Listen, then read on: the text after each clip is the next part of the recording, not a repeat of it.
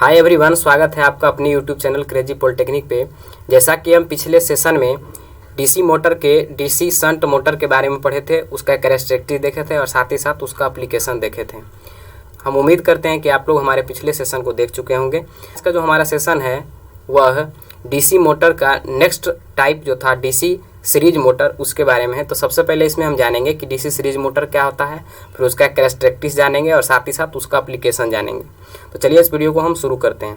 तो सबसे पहले हम लोग जानेंगे कि डीसी सीरीज मोटर क्या होता है। जैसा कि नाम में ही लिखा गया है डीसी सीरीज मोटर, इसका मतलब क्या हुआ कि इसमें जो बाइंडिंग होगा वो कनेक्टेड होगा सीरीज में।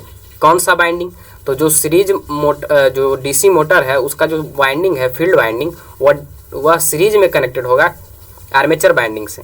तब उसी कंडीशन में देखिए यहाँ पर ये जो है इसका सर्किट डायग्राम है। तो यहाँ पर आप खुद देख सकते हैं, एक मिनट। यहाँ पर देखिए ये जो है RSC और ये RA दोनों कैसे कनेक्टेड है, सीरीज में कनेक्टेड है। और यहाँ पर एक पॉइंट और आप देख सकते हैं कि यह जो I है, जो इसमें करंट V के कारण जो I आया है, तो वह इक्वल है किसका? IA के। क्योंकि हम जानते हैं कि सीरीज, जहाँ पर भी सीरीज सर्किट होता है, जहाँ पर भी सीरीज होता है तो सीरीज में करंट का वैल्यू इक्वल होता है। तो यहाँ पर IA जो है वो और I दोनों आपस में इक्वल है। तो देखिए इसी में हम डिफिनीशन लिखे हैं, उसको हम देख लेते हैं।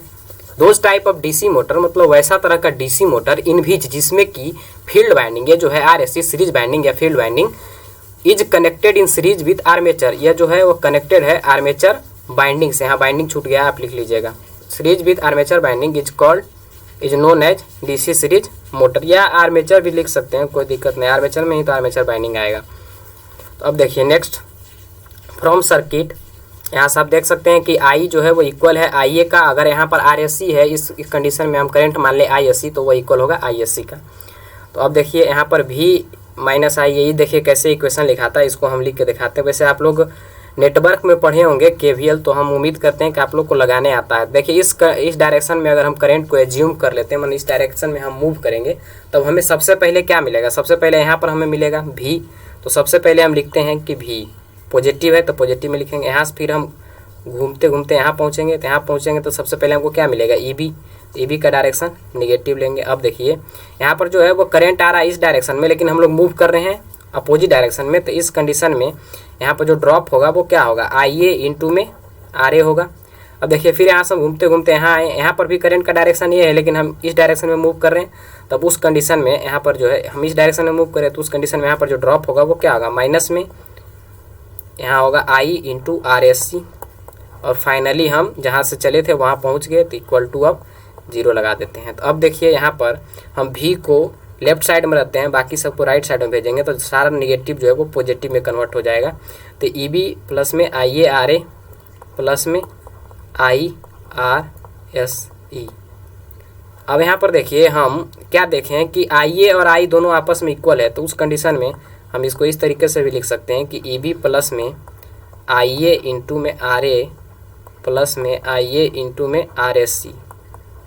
तब यहाँ पर देखिए EB लिखेंगे, ये सब वैल्यू आ रहा है V equal to V plus, यहाँ पर अगर हम IA कॉमन ले लें तो क्या मिलेगा हमें? RA प्लस में RSC। तो वही बात यहाँ पर देखिए हम लिखे हुए हैं, देख लीजिए। I इक्वल टू IA है, तो उस कंडीशन में हम IA जो था I, जहाँ वहाँ पर IA लिख के इसको हम मतलब कि I को रिप्लेस कर देंगे IA से, तो हमारा जो बनेगा इक्वेशन वो बनेगा। अब देखिए यहाँ पर फिर हम IA कॉमन ले लिए, तो हमारा ये बना, ये और ये आपस में सेम ही है, आप देख रहे हैं। तो ये था। अब देखिए इसी में कुछ पॉइंट है और लिखा हुआ है।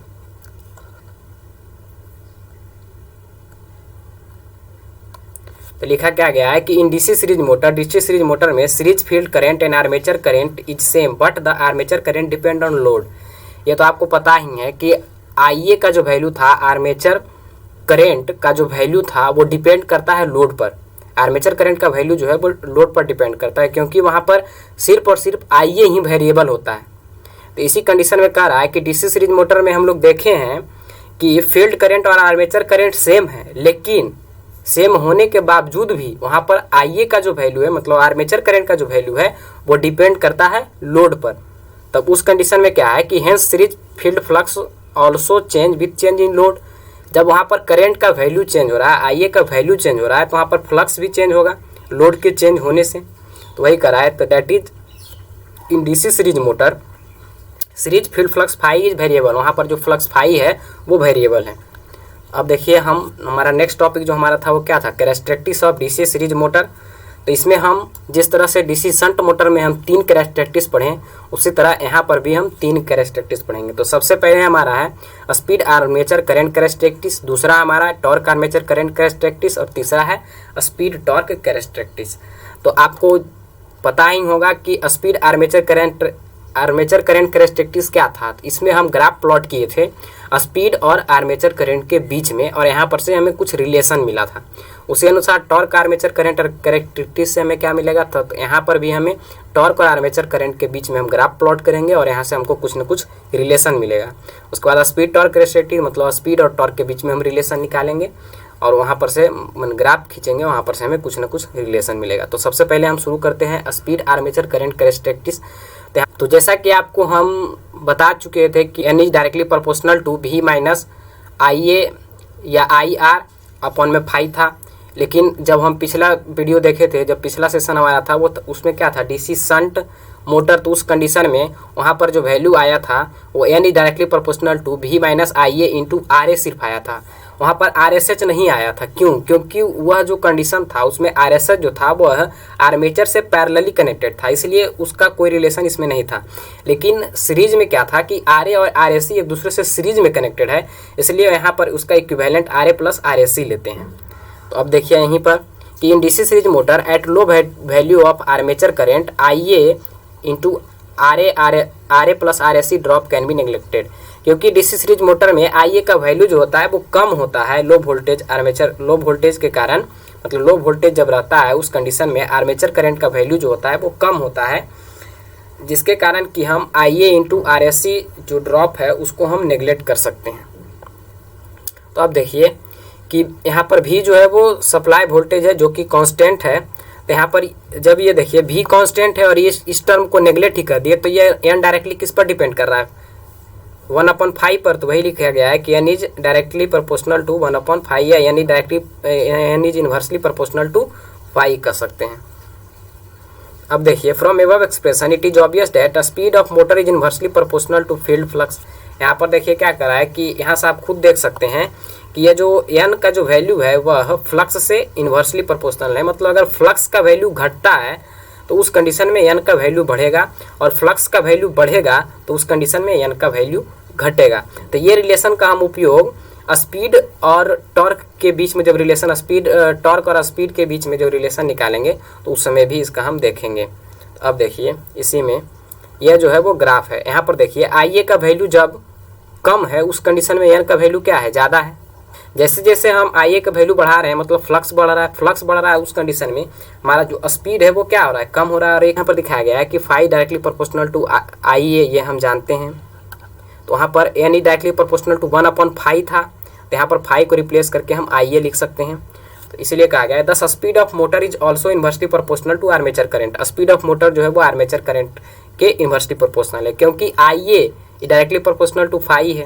क्योंकि आई का वैल्यू बढ़ेगा तो उस तरह से फ्लक्स का वैल्यू बढ़ेगा। तो यहाँ से आप खुद देख सकते हैं कि यानी इन्वर्सली प्रोपोर्शनल टू 1/I है। मतलब कि जो स्पीड का वैल्यू है, मोटर के स्पीड का जो वैल्यू है वह डिपेंड करता है इन्वर्सली आर्मेचर करंट पर। मतलब आर्मेचर करंट का वैल्यू को हम घटाएंगे तो उस कंडीशन में एन का वैल्यू मतलब स्पीड का वैल्यू बढ़ेगा।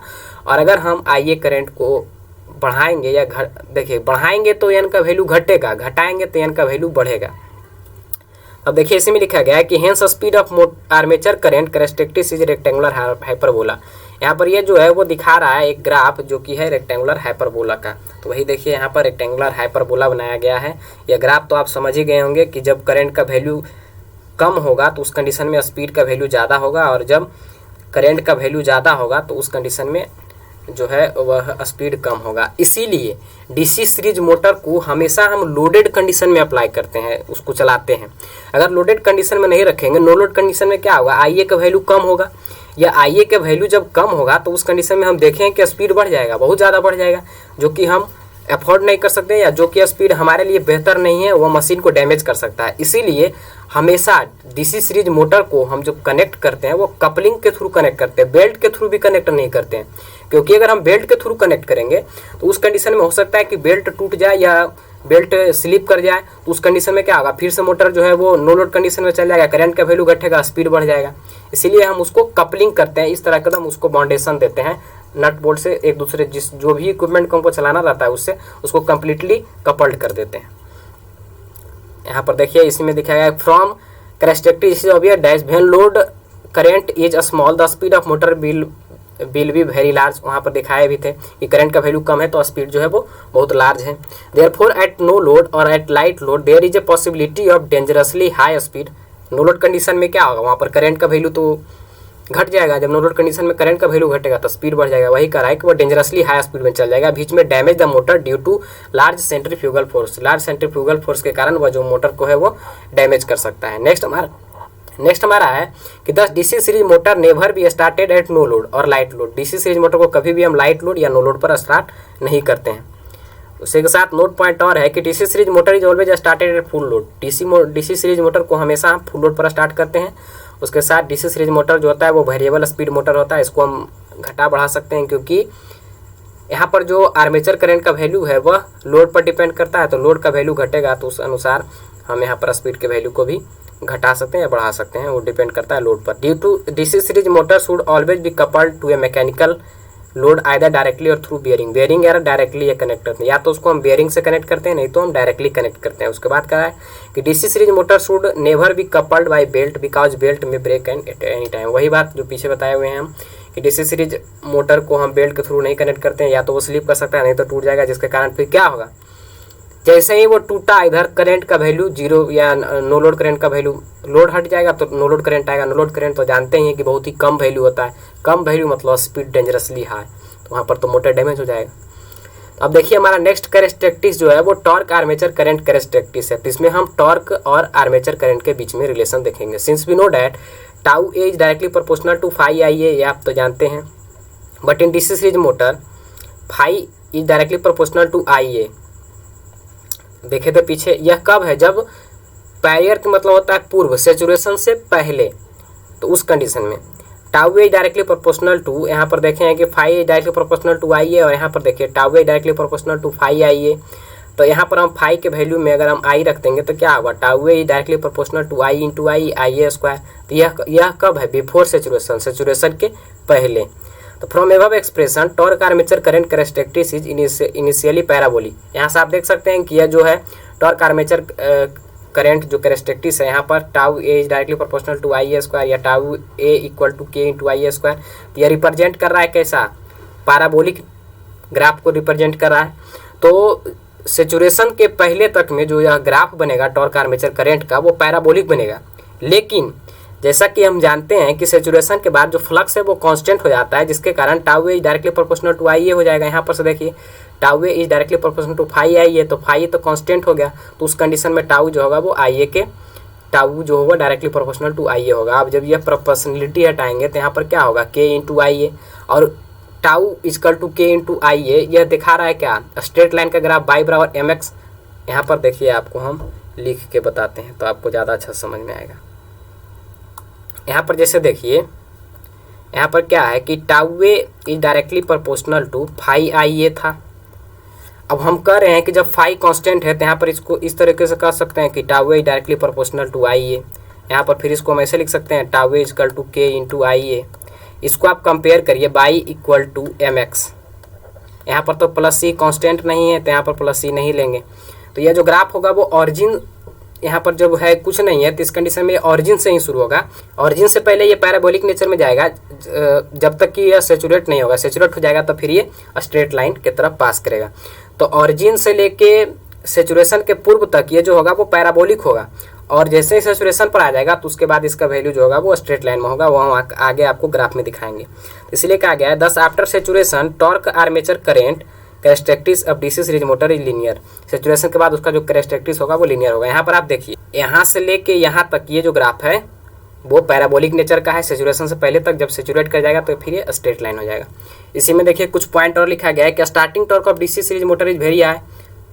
डीसी सीरीज मोटर का स्टार्टिंग टॉर्क बहुत हाई होता है, जिसके कारण इसका उपयोग जो हम करते हैं वो हैवी लोड को लिफ्ट करने में करते हैं या ट्रैक्शन सिस्टम में करते हैं, और साथ ही साथ और बहुत सारे इक्विपमेंट में इसका उपयोग करते हैं जहाँ पर कि हमें हाई टॉर्क की आवश्यकता होती है। तो देखिए अब हमारा जो नेक्स्ट है speed torque characteristics of DC series motor. तो देखिए इसमें क्या है कि सिंस वी नो डैट यहाँ पर एन जो है वो डायरेक्टली प्रोपोर्शनल है 1/5 का, या इसको कह सकते हैं यानी इन्वर्सली प्रोपोर्शनल टू फाई। तो इस कंडीशन में हम यह भी देखें कि फाई जो है वो डायरेक्टली प्रोपोर्शनल है आई ए का, यानी directly proportional to 1/i A. यहाँ पर tau A directly proportional to I A square. यहाँ पर फिर टाउ ए पीछे का ही सारा कंडीशन है टाउ ए। यहाँ पर इसको जब प्रोपोर्शनलिटी को हटाएंगे तो के लगाएंगे, तो उस कंडीशन में यहाँ पर देखिए, यहाँ पर आपको हम लिख के बताते हैं तो समझ में आएगा। यहाँ पर से देखिए अब हम बताते हैं कि ये कैसे आता है। तो यहाँ पर इसको हम इस तरीके से तो लिख सकते हैं कि के इंटू में आई ए का square equals to tau a लिख सकते हैं। यहाँ से हम I A square equals to tau a upon में के लिख सकते हैं। तो यहाँ से हम फिर आई ए इक्वल्स टू क्या लिख सकते हैं, root under tau a upon में के। तो वही यहाँ पर देखिए लिखा गया है I a equal to root under tau a upon K. तो यहाँ पर आई ए जो है वो डायरेक्टली प्रोपोर्शनल है टाउ ए, यहाँ पर के क्या है कांस्टेंट है, तो के को तो हम रिमूव भी कर सकते हैं। तो यहाँ पर आई ए जो होगा वो डायरेक्टली प्रोपोर्शनल टू टाउ ए होगा। तो यहाँ पर देखिए और लिखा गया है कि फ्रॉम एबव एक्सप्रेशन, इस एक्सप्रेशन से it is obvious that with increase in armature current, armature current के वैल्यू को हम बढ़ाएंगे तो उस कंडीशन में torque of the motor is increase but the speed of motor is decrease. यहाँ पर देखिए जब हम आई ए के वैल्यू को बढ़ाते हैं तो उस कंडीशन में क्या है, टॉर्क हमारा बढ़ रहा है क्योंकि डायरेक्टली प्रोपोर्शनल है। लेकिन जब हम आई ए के वैल्यू को घटा रहे हैं तो उसका या बढ़ा रहे हैं तो उस कंडीशन में क्या है कि हमारा जो एन जो है, जो स्पीड है वो घट रहा है, क्योंकि यहाँ पर ये जो है वो इन्वर्सली प्रोपोर्शनल है और यहाँ पर आई जो है वो डायरेक्टली प्रोपोर्शनल है टॉर्क के। तो इस कंडीशन से अब देखिए हमारा इसी में यह जो देखिए ग्राफ है, तो आप खुद देख सकते हैं एक खुद, जब टॉर्क का वैल्यू कम है तो उस कंडीशन में एन का जो वैल्यू है वो ज़्यादा है, बहुत ज़्यादा है।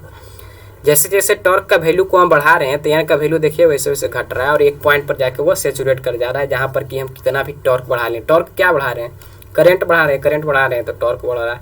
जैसे जैसे हम करंट बढ़ा रहे हैं वैसे वैसे टॉर्क बढ़ रहा है, तो टॉर्क करंट के वैल्यू को हम कितना भी बढ़ा लेंगे तो वह जो है वो एक पॉइंट पर जाके सैचुरेट कर जाएगा। उसके बाद हम करंट के वैल्यू को बढ़ाते रह जाएंगे, उसका वैल्यू में कोई चेंजिंग नहीं आएगा।